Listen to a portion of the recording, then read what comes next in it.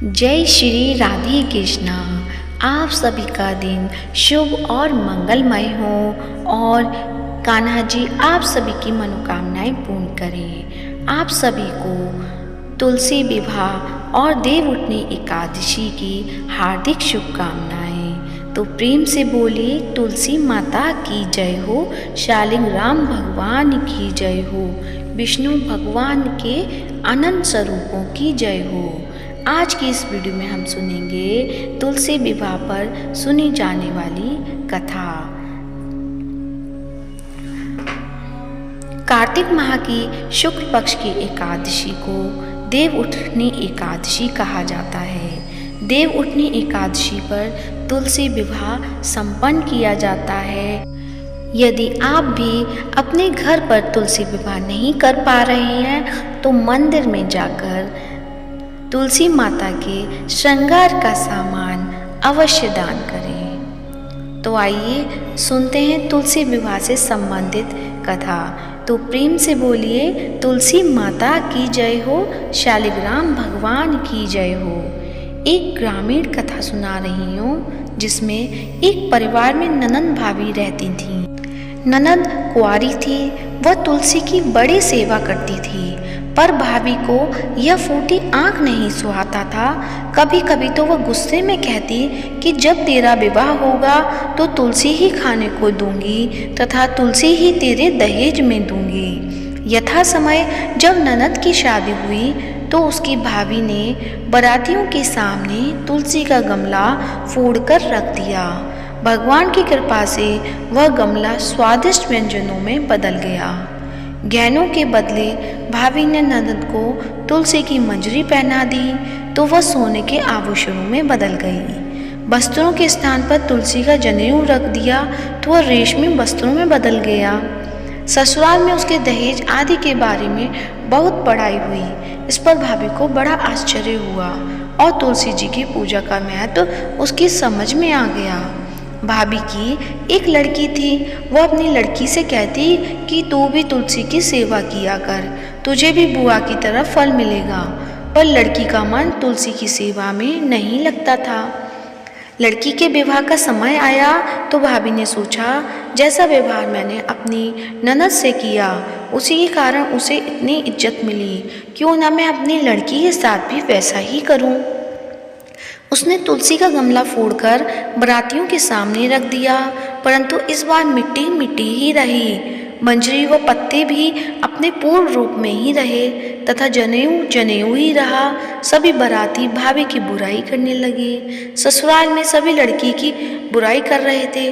भाभी ननद को कभी घर नहीं बुलाती थी। भाई ने सोचा मैं ही बहन से मिलाऊं। उसने अपनी इच्छा पत्नी को बताई तथा सौगात में ले जाने के लिए कुछ मांगा। भाभी ने थैले में ज्वार भरकर कहा और तो कुछ नहीं है, यही ले जाओ। वह दुखी मन से चल दिया। भला बहन के घर कोई ज्वार लेकर जाता है। बहन के नगर के समीप पहुंचकर उसने एक गौशाला में गाय के सामने ज्वार का थैला उलट दिया। तब गोपालक ने कहा, ए भाई, सोना मोती गाय के आगे क्यों डाल रहे हो। भाई ने उसको सारी बात बता दी तथा सोना मोती लेकर प्रसन्न मन से बहन के घर गया। बहन बड़ी प्रसन्न हुई। कथा की लोक स्तुति यह है कि तुलसी की सेवा से दाम्पत्य जीवन सुंदर और प्रगाढ़ होता है। तो हे तुलसी माता, जैसे आपने ननद के साथ किया वैसे सभी के साथ करना, सभी पर प्रसन्न होना और सभी की मनोकामनाएं पूर्ण करना। तो प्रेम से बोलिए तुलसी माता की जय हो। अब सुनते हैं तुलसी विवाह पर सुनी जाने वाली पौराणिक कथा। एक बार शिव ने अपने तेज को समुद्र में फेंक दिया था। उससे एक महातेजस्वी बालक ने जन्म लिया। यह बालक आगे चलकर जालंधर के नाम से पराक्रमी दैत्य राजा बना।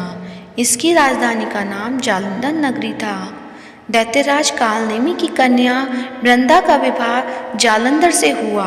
जालंधर महाराक्षस था। अपनी सत्ता के मद में चूर उसने माता लक्ष्मी को पाने की कामना से युद्ध किया। परंतु समुद्र में से ही उत्पन्न होने के कारण माता लक्ष्मी ने उसे अपने भाई के रूप में स्वीकार किया। वहाँ से पराजित होकर वह देवी पार्वती को पाने की लालसा से कैलाश पर्वत पर गया। भगवान देवाधिदेव शिव का रूप धरकर माता पार्वती के समीप गया, परंतु माँ ने अपने योग बल से उसे तुरंत पहचान लिया तथा वहाँ से अंतर्ध्यान हो गई। देवी पार्वती ने क्रुद्ध होकर सारा वृत्तांत भगवान विष्णु को सुनाया। जालंधर की पत्नी वृंदा अत्यंत पतिव्रता स्त्री थी। उसी के पतिव्रत धर्म की शक्ति से जालंधर ना तो मारा जाता था और ना ही पराजित होता था।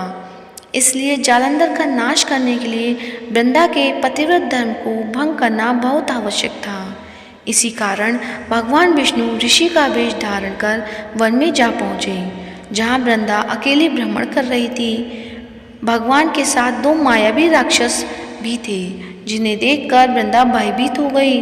ऋषि ने वृंदा के सामने पल में दोनों राक्षसों को भस्म कर दिया।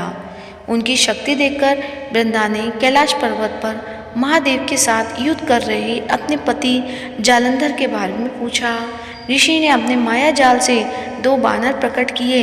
एक बानर के हाथ में जालंधर का सिर था तथा दूसरे के हाथ में धड़। अपने पति की यह दशा देखकर वृंदा मूर्छित होकर गिर पड़ी। होश में आने पर उन्होंने ऋषि रूपी भगवान से विनती की कि वह उसके पति को जीवित करे। भगवान ने अपनी माया से पुनः जालंधर का सिर धड़ से जोड़ दिया, परंतु स्वयं भी वह उसी शरीर में प्रवेश कर गए। वृंदा को इस छल का तनिक भी आभास न हुआ। जालंधर बने भगवान के साथ वृंदा पतिव्रता का व्यवहार करने लगी, जिससे उसका सतीत्व भंग हो गया। ऐसा होते ही वृंदा का पति जालंधर युद्ध में हार गया। इस सारी लीला का जब वृंदा को पता चला तो उसने क्रुद्ध होकर भगवान विष्णु को हृदयहीन शिला होने का श्राप दे दिया।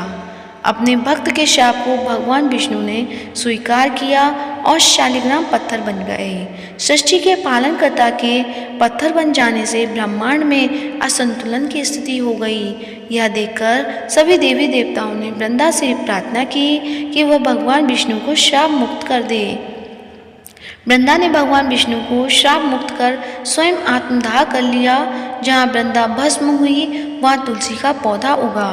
भगवान विष्णु ने वृंदा से कहा, हे वृंदा, तुम अपने सतीत्व के कारण मुझे लक्ष्मी से भी अधिक प्रिय हो गई हो। अब तुम तुलसी के रूप में सदा मेरे साथ रहोगी। तब से हर साल कार्तिक महीने के देव उठनी एकादशी का दिन तुलसी विवाह के रूप में मनाया जाता है। जो मनुष्य भी मेरे शालिग्राम रूप के साथ तुलसी का विवाह करेगा, उसे इस लोक और परलोक में विपुल यश प्राप्त होगा। उसी दैत्य जालंधर की यह भूमि जालंधर नाम से विख्यात है। सती वृंदा का मंदिर मोहल्ला कोट किशन चंद में स्थित है। कहते हैं कि इस स्थान पर एक प्राचीन गुफा भी थी जो सीधी हरिद्वार तक जाती थी। सच्चे मन से 40 दिन तक सती वृंदा देवी के मंदिर में पूजा करने से सभी मनोरथ पूर्ण होते हैं। जिस घर में तुलसी होती है वह यम के दूत भी असमय नहीं जा सकते। मृत्यु के समय जिसके प्राण मंजरी रहित तुलसी और गंगा जल मुख में रखकर निकलते हैं, वह पापों से मुक्त होकर वैकुंठ धाम को प्राप्त होता है। जो मनुष्य तुलसी व आंवले की छाया में अपने पितरों का श्राद्ध करता है, उसके पितर मोक्ष की प्राप्ति करते हैं। तो प्रेम से बोलिए, तुलसी माता की जय हो, शालिग्राम भगवान की जय हो, लक्ष्मी माता की जय हो, भगवान विष्णु के अनंत स्वरूपों की जय हो।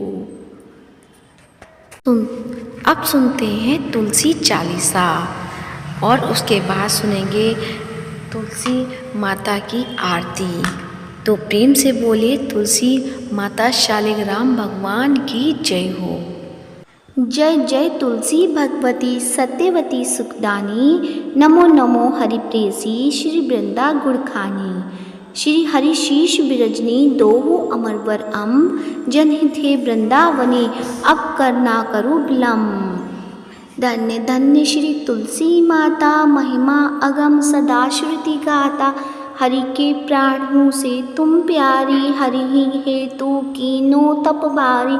जब प्रसन्न है दर्शन दीनो, तब कर जोनि विनय उस दीकीनो। हे भगवंत कतमन होहूँ, दीन जानी जनी छड़ाहूँ छोहूँ। सुनी तुलसी तुलसी की वाणी, दीनो शाप कद पर आनी। उस आरोग्य वर मांगन हारी, होहूँ बिटप तुम जड़ तनुधारी। सुनी तुलसी ही शप्यो ते ही ठामा, करूँ बास तुहि नीचन धामा। दियो बचन हरि तब तत्काला, सुनहूँ सुमिखी जनि होहूँ बिहाला। समय पाई ब्योरो पाती तोरा, पूजिहूँ आस बचन सत मोरा।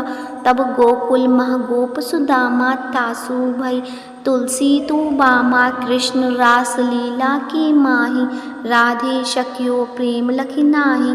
दियो शाप तुलसी तत्काला, नर लोकहि तुम जन्मो वाला। यों गोप वह दानव राजा, शंखचूर्ण नामक शिर ताजा।